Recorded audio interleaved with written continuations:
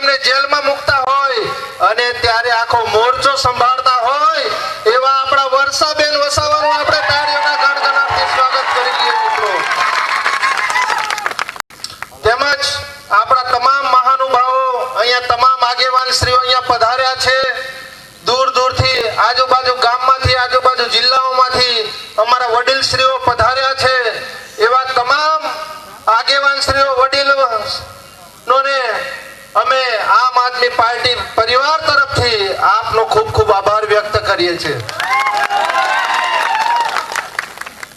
મિત્રો આજે આ સરકાર શ્રીએ ગઈકાલે જ એ લોકોએ જાહેર કર્યું હતું ને તમારા બધાના જ મોબાઈલમાં સાયલેન્ટો વાગ્યા હતા કે નહીં વાગ્યા? તમે વિચાર કરો આજે કુદરત પણ આપણી સાથે છે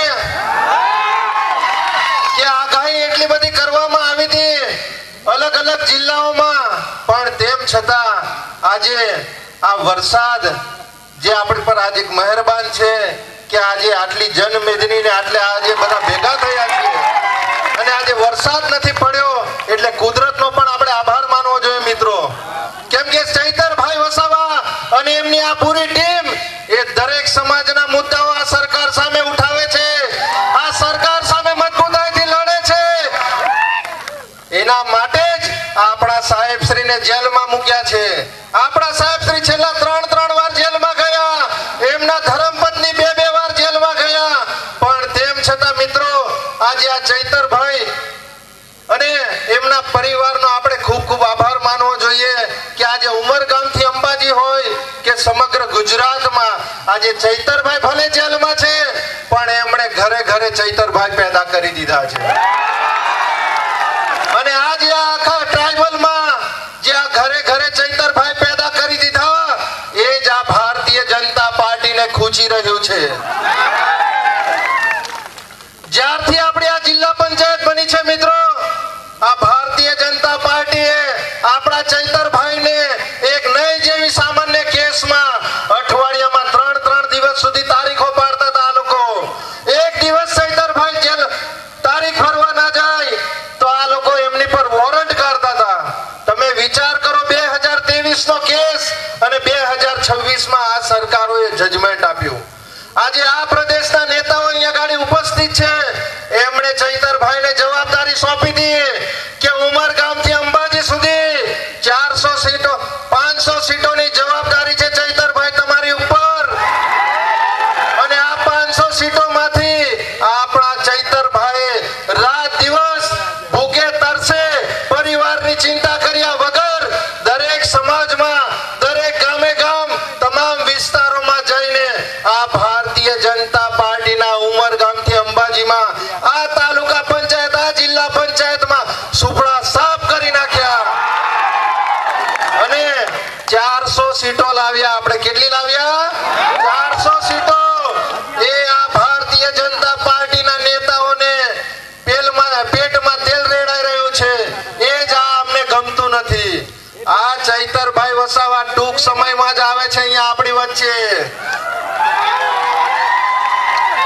આપણા સાંસદ શ્રી અહીં ગાડી હમણાં બહુ સ્ટેટમેન્ટો આપે છે આડેધડ કે ચૈતરભાઈએ શું કામ કર્યું, ચૈતરભાઈ શું કરે છે.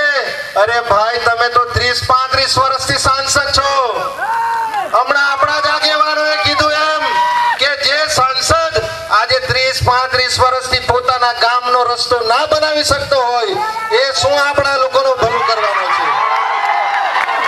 આજે એ સાંસદ આજે દિલ્હીમાં આટલું બધું એ થઈ રહ્યું છે, કેમ ભાઈ તમે એ બાબતે નથી બોલતા? અમારા વિદ્યાર્થીઓ અહીંયા ગાડી ગ્રેજ્યુએટ છે, તમામ લોકો આજે મહેનત મજૂરી કરી રહ્યા છે. તમે એશિયાની ફર્સ્ટ નંબરની જીઆઈડીસી માં તમે સાંસદ છો. અમારા નર્મદા જિલ્લામાંથી તમે કેટલા લોકોને નોકરી પર લગાવ્યા ભાઈ? લગાવ્યા છે કોઈને? આપણા વિસ્તારમાંથી કોઈને પ્રાઇવેટ નોકરીમાં નથી લગાવી શકતા, કોઈને સરકારી નોકરીમાં નથી ભલામણ કરી શકતા. અને રાજ્યમાં મુખ્યમંત્રીને પત્ર લખે, દેશના વડાપ્રધાનને પત્ર લખે. અરે ભાઈ તમારાથી આ તમારો જિલ્લાનો પ્રમુખ તો તમારાથી હચવાતો નથી. આ તમારા જિલ્લા પંચાયત જિલ્લાનો પ્રમુખ એ તમે ધારાસભ્ય તમે સાંસદ સભ્ય તમારો આખો ટીમનો આખો